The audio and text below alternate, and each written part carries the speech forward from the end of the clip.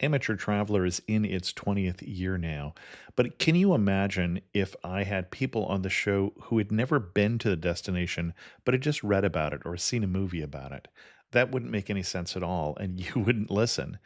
We all know how important it is to receive advice from people who know a destination to get the most authentic local experience. And a great option for experiencing this is Explore Worldwide and their authentic small group adventures, led by local tour leaders, perfect for solo travelers who want to meet like minded people with a desire for adventure. I'm often an independent traveler, but two of my last three trips were with small group tours because they organize everything and it's a lot easier. If you want to recreate the tour I did to Malta, they have a Malta and Gozo Discovery Tour. I'm intrigued by one of their tours called A Taste of Sicily. The company again is Explore Worldwide, and visit exploreworldwide.com to learn more. And thanks to Explore Worldwide for sponsoring this episode of Amateur Traveler. I got my bags packed, I'm on a roll. I'm heading out there and I'm ready to go. Looking real good in my passport photo. Amateur Traveler, episode 288. Today, the Amateur Traveler talks about the Forum, the Coloseum, and the Passeggiata as we return to Rome, Italy.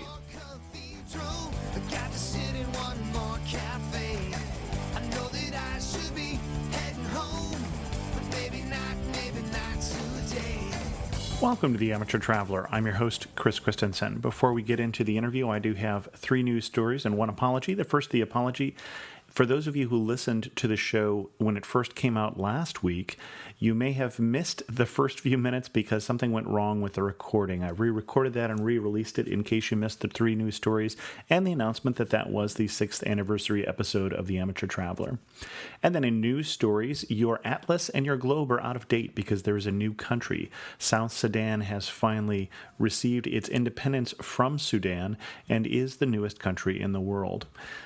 And then two weird stories about airplane travel. One, a woman was escorted off a U.S. air flight. Her story is she was escorted off the flight for taking a photo of an employee's name tag because she said the employee was being rude to her. The U.S. Airways story was that she was being disruptive.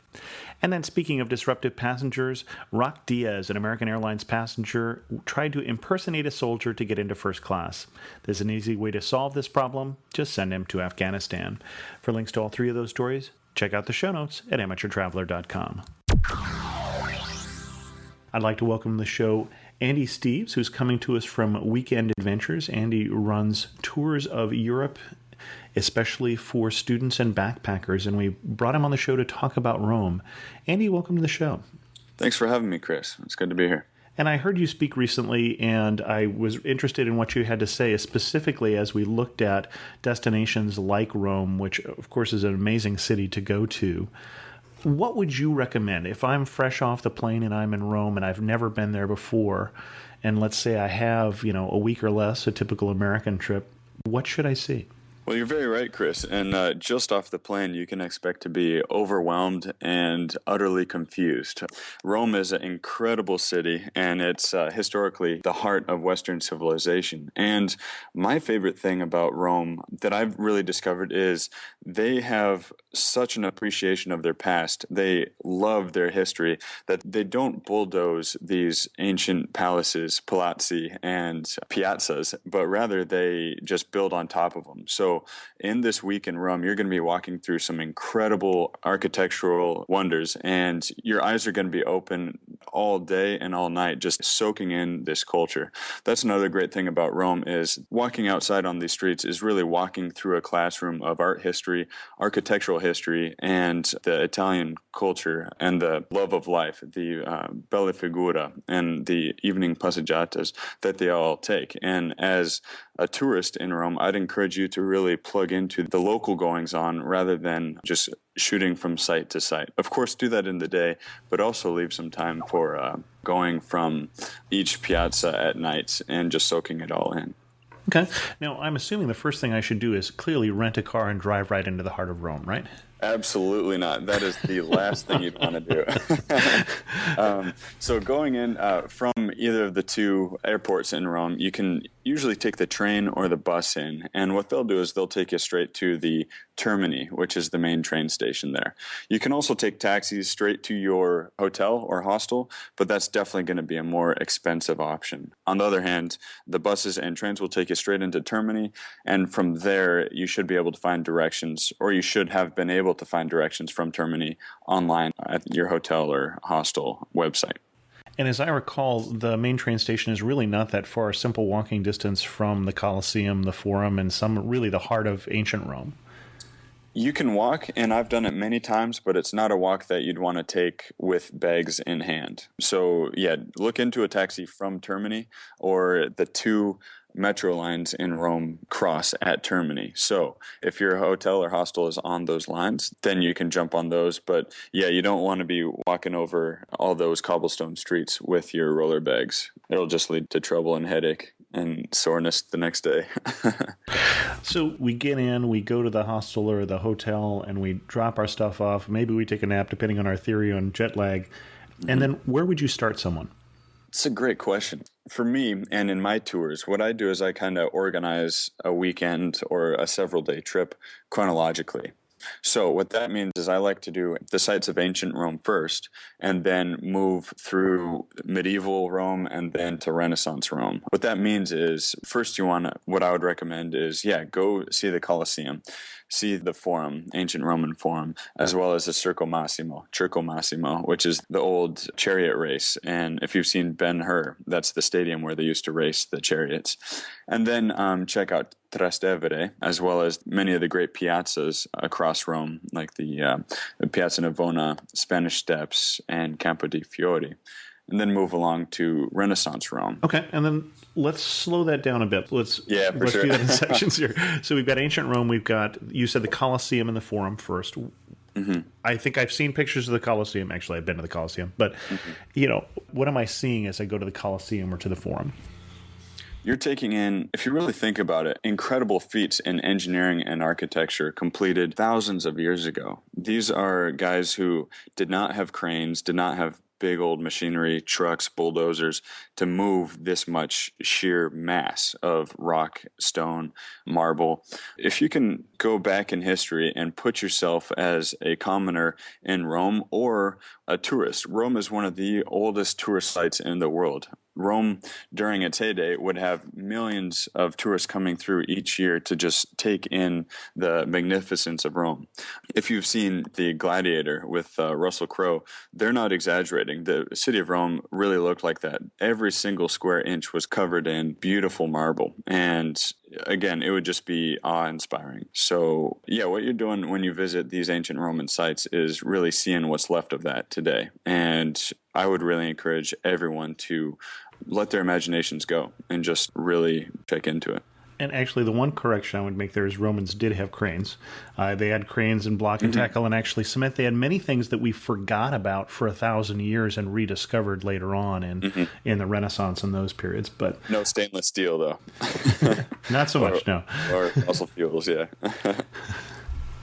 So as I go into the Forum, for instance, what kind of things am I going to see in the Forum specifically? You're going to see monuments, or remains of monuments. One of my favorite things to let my imagination go on is the Basilica Constantine, and really that's just a third of what it used to be. And so if you project from the arches all the way up, you just feel like an ant in this magnificent structure. And to think that, they made it with wooden cranes and mountain power is just amazing to me. And, of course, all of the tourists who are swarming through there gives us a little idea of what the crowds would be, because this was the commercial center of Rome. This is where business was happening. Commercial, political, religious. That's true. Yeah. The Temple of the Vestal Virgins is there, for instance. Right? Exactly. And to learn about the history of the Vestal Virgins is another very interesting thing. You're right. Okay. So we went from there. You kind of skipped Palatine Hill and then went over to Circus Maximus. Circus Maximus, you mentioned, not a lot to see there in terms of what's actually left, as I recall. You're right. I just have personal fond memories because I was there during the World Cup in 2008, the finals, which of course happened in Germany, but the local government brought in 3 jumbotrons and put them on one side Awesome. of the hill in Circus Massimo, and there were 300,000 Italians there. And everybody knows how passionate Italians are, but when you make it about the World Cup, the finals of the World Cup, that is surreal. It's something else. It was an incredible experience, that's for sure. And then you kind of went from there on into, we kind of skip over Dark Ages Rome because there's really not a lot happening. It gets to be a really small city, but you went up into Renaissance Rome, I think. Yeah. One thing I'd like to be sure to not skip is the Pantheon. Excellent. The Pantheon, now that I remember, is another just you cannot miss it. Again, one more incredible engineering feat that the Romans were able to achieve. The Pantheon we see today is not the original. The original was made of wood, and that burned down a while ago. But nonetheless, it is still awe-inspiring to remember that, these guys were designing new types of lighter cement made with volcanic rock rather than regular stone as the elevation went up as they were building in order to make the higher parts of the dome lighter so as to not collapse on itself. So we're talking about a building that is a church and has been used as a place of worship back into, I can't quite remember whether it's first century Rome but it's an old building. We're talking about a 2,000-year-old building here that's still in use, still kept up. Exactly. And the wooden structure was, I want to say, about 100 AD. And then I want to say the stone structure that we see today is, well over 1,000 years old. Well, it's even more than that because it was definitely built during the pagan time period, so it predates the Christianization of Rome in the 300s. So maybe it was the stone structure. I got to look that up. And the reason the Pantheon is still standing today is because it has since been turned into an active Catholic church. We call it the Pantheon, which is not entirely correct. In fact, it's the Santa Maria della Rotonda, which is the actual technical name of it today. The Pantheon, of course, refers to Church of All the Gods. And if you go into the Pantheon, you see all of these nooks where old statues of Roman gods used to be, where it was a one-stop shop to pay homage to all your gods. Pan means all. Theon, of course, means all the gods, or the gods. So what happens then is it's converted into a Catholic church, and for this reason, the popes did not destroy it throughout history. Instead, it's become a very much an active church where you can catch Mass in as well. Mm-hmm. And we say destroy it. Sometimes the churches just simply fell into disuse because no one cared anymore. You know, once people stopped worshiping Mars, nobody was doing the upkeep on the Temple to Mars, and eventually it just fell down. Was quite often the case. So the places, for instance, we find in the Forum weren't necessarily destroyed. No one cared, and over time it built up, and as the city got depopulated, suddenly you've just got ruins. Right. And back to the Forum, they used to call it Field of the Giants throughout the medieval ages because the uneducated masses that inhabited Rome at that time could not comprehend who lived there in the past. And so beyond just falling into disrepair, Romans would actually cannibalize these structures. Exactly, right. Take stones and use those stones to build their own small houses or structures elsewhere in the city. Yeah, why go cut fresh stone if there's pre-cut stones just sitting there in the dirt with no particular purpose, as far as you can tell? Exactly, along with marble and brass as well. Right.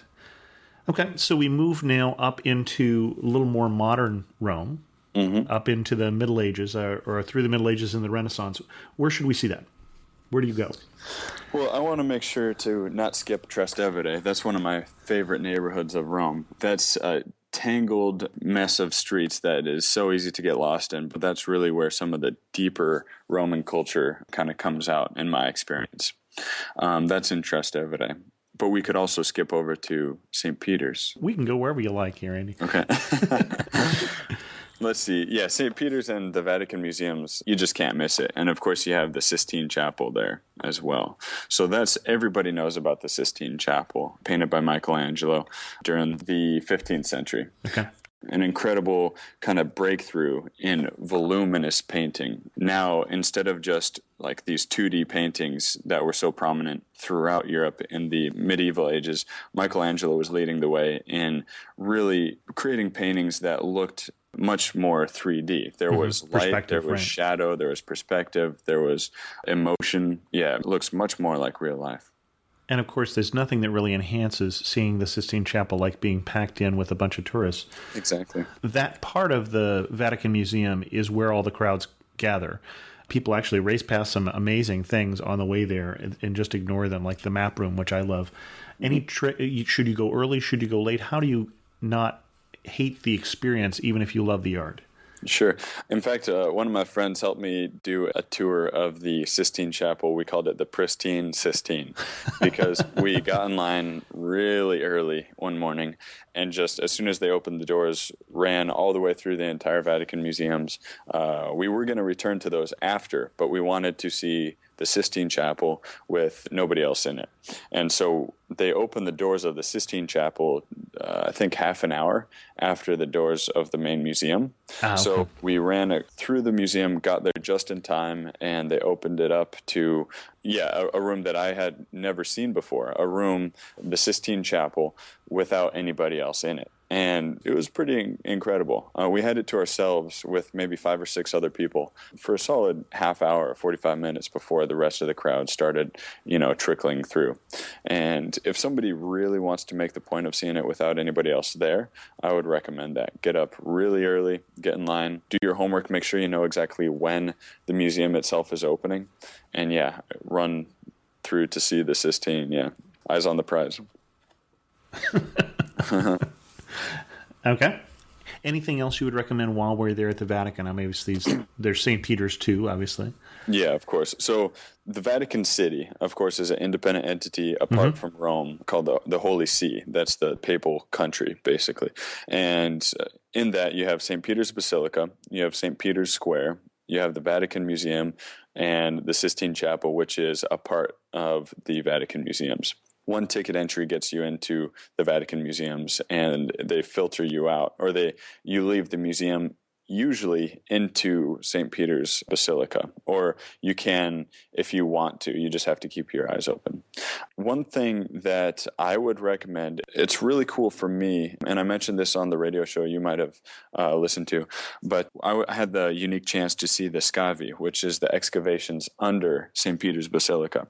And for me, that was an incredible experience to be able to go beneath St. Peter's Basilica and see what is under there, because so that's where they're excavating the older St. Peter's, the one that exactly. was... Okay. Exactly. And St. Peter, we tend to forget today that buildings are built where they are for very specific reasons. St. Peter's Basilica wasn't just built there just because they had an open place, an open field outside of Rome.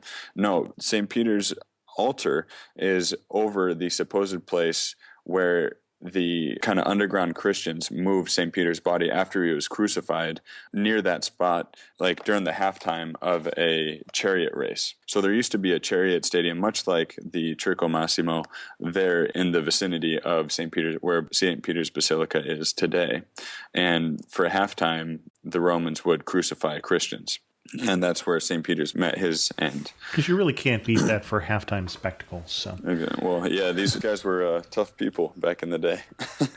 They had very much a different take on life, as one could deduce from the reason the Coloseum was built as well, the blood sports.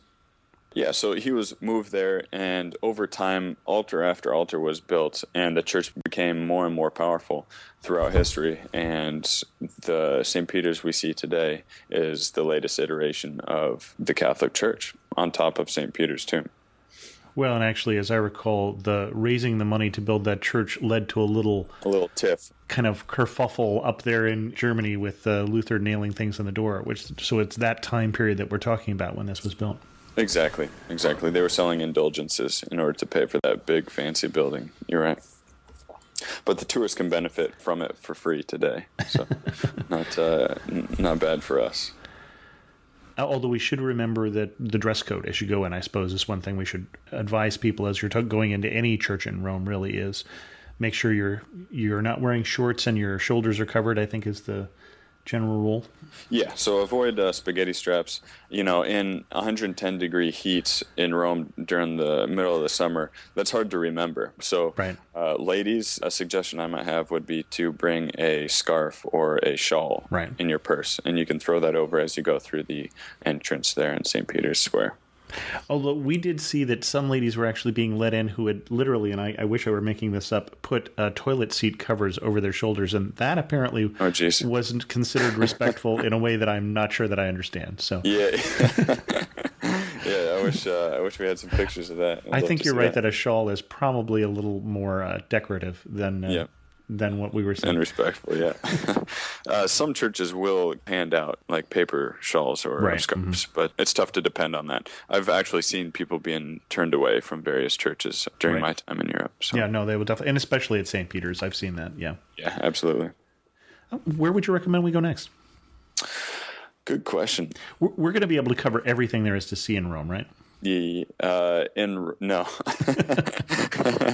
I studied there in Rome for 4 months during the spring of 2008, and it was an incredible experience for me to be able to spend day after day, week after week in this amazing city. And by the end of it, there were still things on my checklist that I didn't get a chance to do. So, and I'm willing to bet that wasn't your first trip to Rome. It wasn't, in fact, because I grew up traveling with my dad, Rick Steves, who would go to Europe each year to update his guidebooks and make new TV shows. He would go to Europe for 3 months, 4 months at a time sometimes, and my family would go and visit him wherever he was in that trip. So by the time I studied abroad myself, I had been to Europe 21 times every summer of my life. But staying in one place was a different type of tourism that I had ever done before.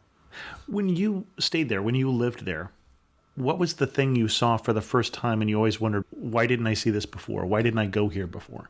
Yeah, that's a great question. In fact, the Galleria Borghese, or the Borghese galleries, to me, are the most, I won't say underrated site in Rome, because there's no way to underrate these. It houses the most incredible collection of paintings and Baroque sculptures that I've seen in my life. And the reason that I would say that they're not seen or appreciated as much as they should be is because it's a small museum and you need reservations to get there. So tourists just don't know to plan that out in advance. But that's something I would definitely say you need to see if you go to Rome. Excellent. Let's do the opposite. What do the guidebooks recommend that you see that you don't know why people waste their time there? In Rome, there's not too much that shouldn't be seen. Personally, and this is my own personal opinion, but Castel San Angelo was a bit underwhelming.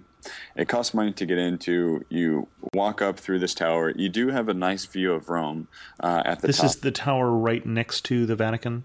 Right. Believe it or not, the Catholic Church, well, I guess it's easy to believe, but the Catholic Church and the Pope had many enemies during the Middle Ages, and several times they were attacked, and the Pope would need to run into Castel San Angelo, which was kind of like the Alamo of St. Peter's. And that's where, in fact, the Swiss Guard kind of proved their mettle as they defended the Pope running into his last stand in Castel San Angelo. Well, and for movie fans and Dan Brown fans, it was also featured in Angels and Demons. In Angels and Demons, right. I've read the Da Vinci Code, of course, but not that one. Oh, that's actually a better one, I think, but, that's just me.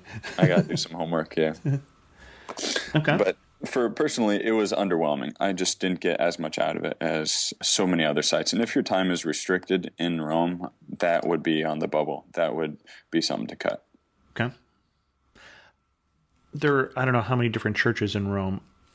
People obviously go to the Vatican. They go to St. Peter's. But what's the one that you actually thought was more interesting? It's a great question. Remember, the Pantheon is also a church. That's a great one to see. And I really enjoy Santa Maria del Popolo, another great Baroque church right off of the Piazza del Popolo towards the north of the city.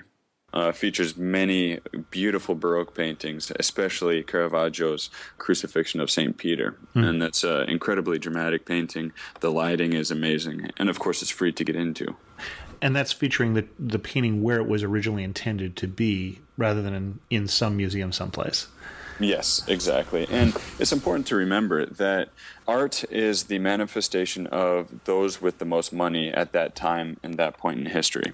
So, in other words, churches housed many of the state-of-the-art painting techniques by the most famous painters at the time, because the church simply had the most money. And so beyond just going to the biggest churches in any given city, I would recommend stopping to smell the roses and pop into any church along the way, because it's a welcome break from the heat of the day outside, as well as a potential gold mine in what you'd find. You can find some incredible paintings and sculptures in these churches wherever you go throughout Rome and throughout Europe in general. Okay. And then speaking of stopping to smell the roses, you mentioned Campo di Fiori, the Field of the Flowers, which is nothing of the sort anymore. Not anymore, yep. And the Spanish Steps and some of the public spaces. Why would I go there?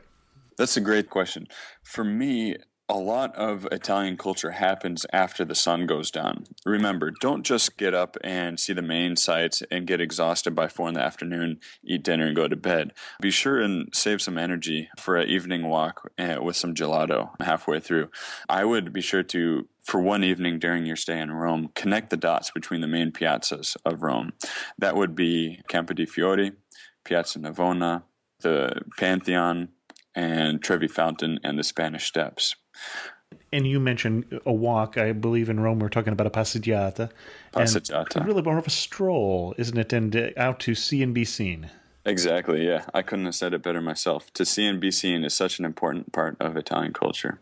Everybody takes their appearance pretty seriously over there, and I'm not one to complain. The people do look pretty nice. So you're saying that possibly to blend in and fit into the Roman culture, I shouldn't be wearing my Hooters t-shirt? Don't wear your Hooters t-shirt. In fact, try and leave your North Face jacket at home as well. White tennis shoes and shorts are generally no-nos over there. So, in fact, shorts are considered a boy's thing to wear, a little boy's thing to wear. So as soon as young men enter into adulthood, you don't see them wearing shorts unless they're wearing their Dolce & Gabbana briefs on the beach in order to catch some sun. And I'll admit that the white shoes is the one thing that I am guilty of that one. I don't own a Hooters t-shirt, just to be fair here. Okay. Fair enough. What's the best day you've spent in Rome? The best day, I would say, if it was my first time in Rome, definitely the Coloseum Forum. Take in ancient Rome, eat lunch near the Pantheon, go back to your hostel or hotel for a nap, and then have some of the best pizza I've ever found in Rome in Trastevere, just off of Piazza Trilussa. And just over the Tiber River, which is what the name means. Just over the Tiber River, exactly. Yeah, so Trastevere means on the other side of the Tiber, exactly.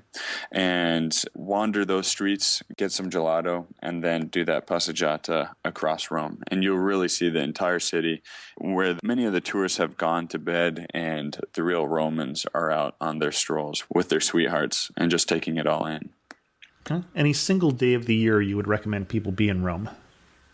Not off the top of my head. Okay. The national holiday is pretty cool. It's either in July or August, I believe. But the national holiday, much like our July 4th, it features parades, jets flying overhead with green, white, and red smoke tailing behind them, and sights of the amazing Berlusconi with his entourage. But that's a great day to be in Rome, but it's also busy. Easter is another time. I was in Rome for Easter just this last April, and Rome is already chaotic. Factor in millions of tourists, like literally millions of tourists there for that particular weekend, and it's almost unbearable. I actually ran a tour there with 40 students in tow, and I survived, but that's just because of my experience and my ability with my language skills with Italian. But that is an incredible experience that you won't likely forget anytime soon. And remember, if you happen to be Catholic, if you ask your local parish for Easter Mass tickets, they are free and they should be able to get them for you. So if you ask far enough in advance, you should be able to attend Easter Mass in St. Peter's Square. Excellent. When I go to Rome for the first time, what's going to surprise me? I think the constant noise, smells, and just chaotic nature of the entire city. The Italian people are very expressive, and the Romans especially. They've grown up with a very unique sense that they are the reason the Western civilization exists, and they take great pride in it. You'll see people with tattoos of Rome across their arms, or SPQR, which stands for the Senate and people of Rome. That was a tagline of the Roman Empire.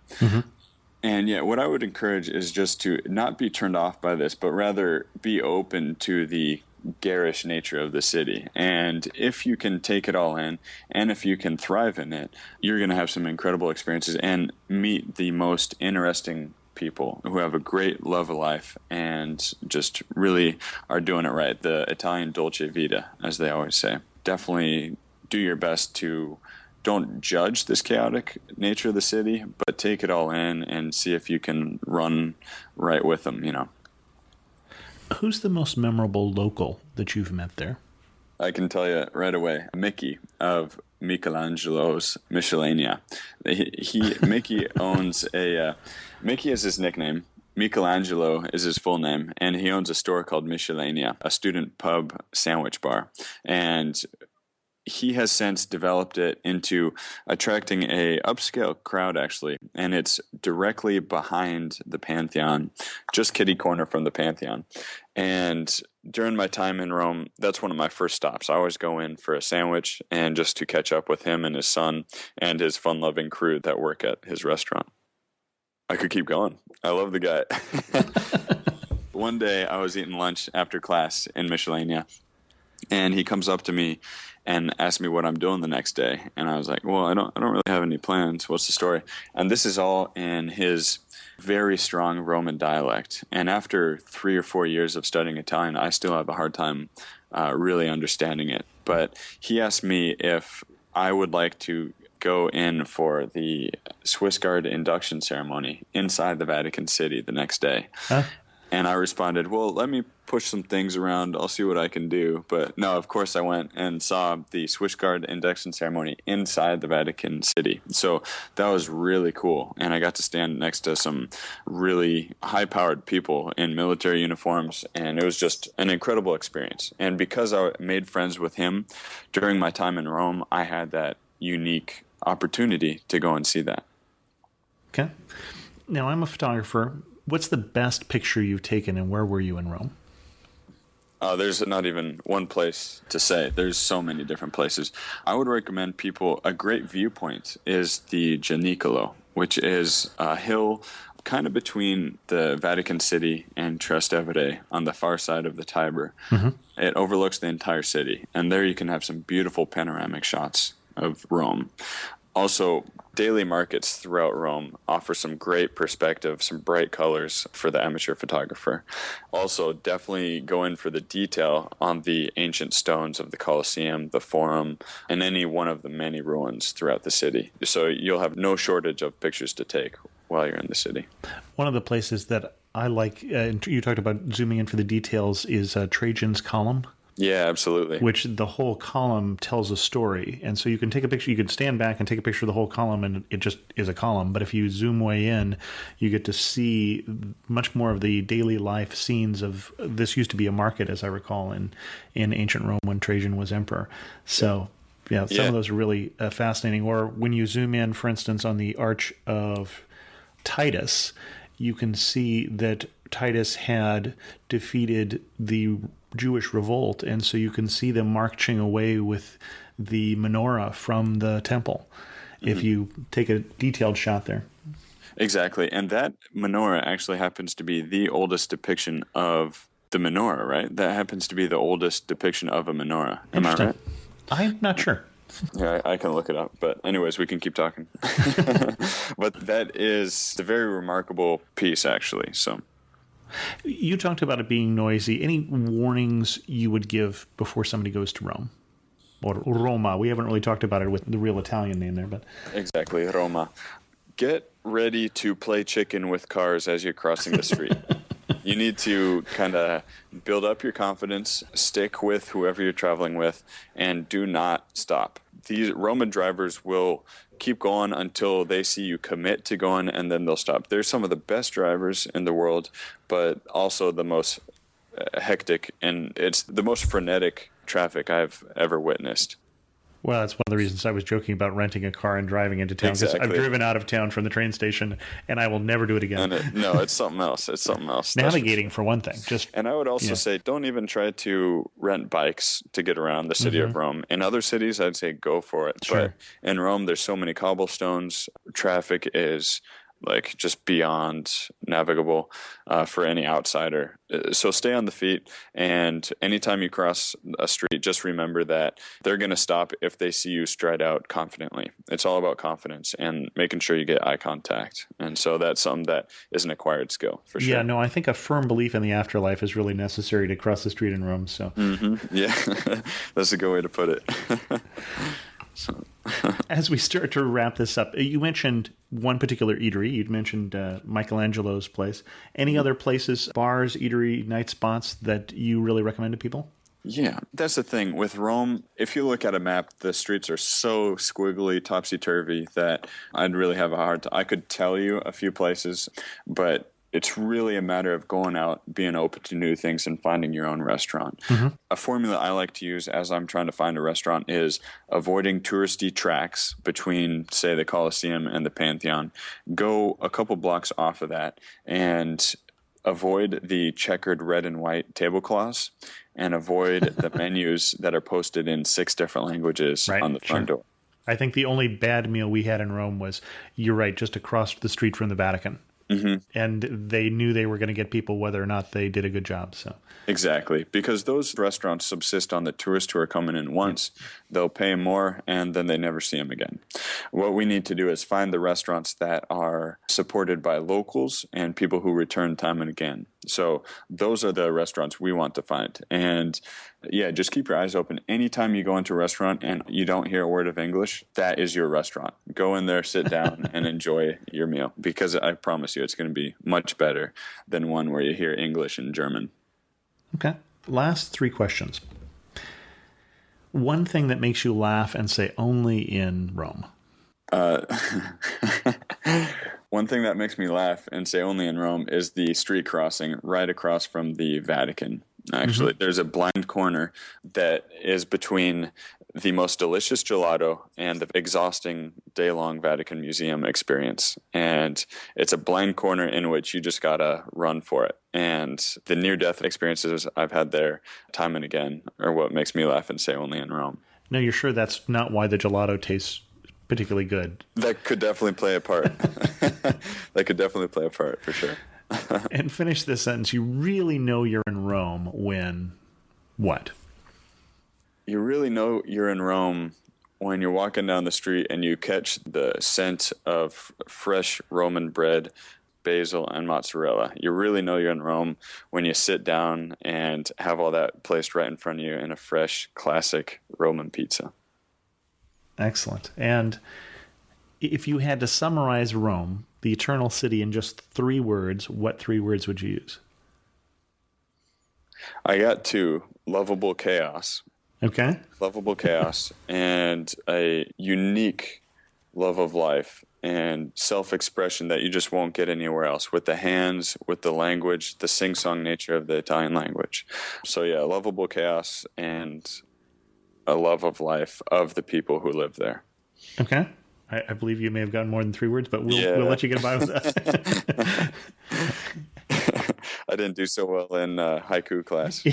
Andy, thanks so much for coming on the show. If people are interested in more about what you're doing now and the tours that you're leading, especially targeting college students and backpackers mostly at this point, where can they find out more information? Yeah, check us out. My name is Andy Steves, and the business I run is Weekend Student Adventures. Check us out online at wsaeurope.com. And what we do is cater to budget-minded backpackers and American students studying abroad in Europe who have 3-day weekends. We put together weekend packages for the student who has 3-day weekends and wants to make the most of their time overseas. And I'm gathering you're doing most of your tours are walking tours, not the big bus tours? Correct. So we put together weekend packages in cities across Europe. So Rome, Paris, Prague, London, Dublin, and Barcelona, among others. And our tagline is enhance your semester abroad, show up at the hostel, and we'll take it from there. So students book their own travel, meet us in Rome or Prague, etc., and We include the hostel, food, walking guides, museum entries, and even bike tours sometimes. But not in Rome, yeah. But not in Rome, correct. Excellent. Well, Andy, thanks so much for coming on the show. Thanks for having me, Chris. It was a pleasure. In news of the community, I had asked in a blog post about what people's favorite episodes or least favorite episodes were of The Amateur Traveler.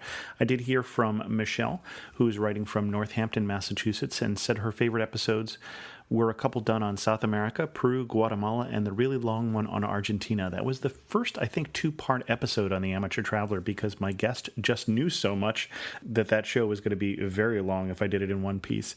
And also the one on Greece. Now, I think there have been 3 on Greece, so I'm not sure which one Michelle is talking about. Fred Lusk, who's been a guest on the show, is catching up on older episodes and listened to the episode on Portland and added these comments. Powell's Books is worth a full afternoon, if not all day. On our last trip, we went twice, enough said. On the south end of Forest Park, mentioned in the episode, is the much more developed Washington Park, which is the home to several things worth seeing.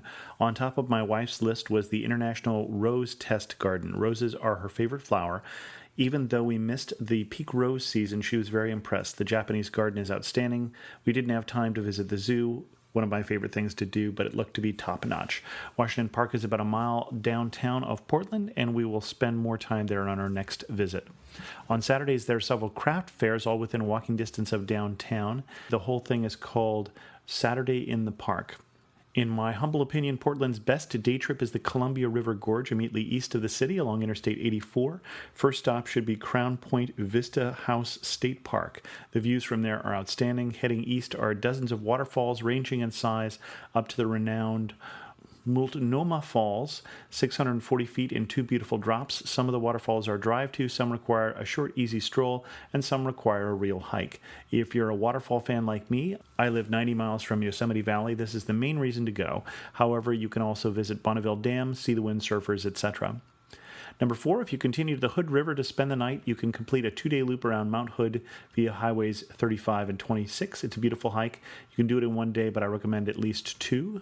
And Fred has 4 more recommendations, but I'll let you check out the Portland episode to see those. And then similarly, we heard from Gabriel Agaguga on the comments about the Normandy episode, and he had a number of things to say, but I wanted to read one in particular, his comments on Mont Saint-Michel. The interior is desolate. It must have been one of the most desolate, non-ruined Christian sites I visited, thanks to this thing called the French Revolution, so be prepared. The village at the foot of the Abbey of Mont Saint-Michel is a tourist trap. It only has restaurants, shops, and museums with animatronics. If you had time, you should drive to Mont Saint-Michel at night and visit first thing in the morning. Mont Saint-Michel is lit at night, so it looks like Disneyland. And it's lit throughout the night, probably paid for by the French state, so you can take your time getting there. And you can check out the rest of his comments on the Normandy episode. With that, we're going to end this episode of The Amateur Traveler, and I'd like to thank all of the kind wishes that I had after announcing that it was the 6th anniversary of the show last week. If you have any comments on this episode, feel free to leave them at amateurtraveler.com or drop me an email to host@amateurtraveler.com. You can also follow me on Twitter @Chris2X. And as always, thanks so much for listening.